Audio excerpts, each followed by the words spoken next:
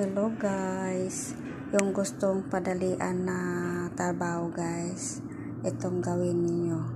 Maglaga muna kayo ng karning baka ba or baboy,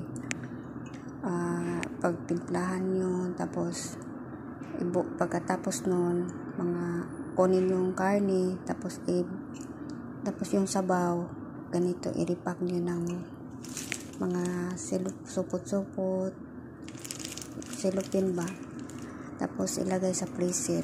Pag gusto maggulay o dyan, madali na, may na sabaw, gulay na lang ilalagay at saka karne. Ganun lang kasimple guys.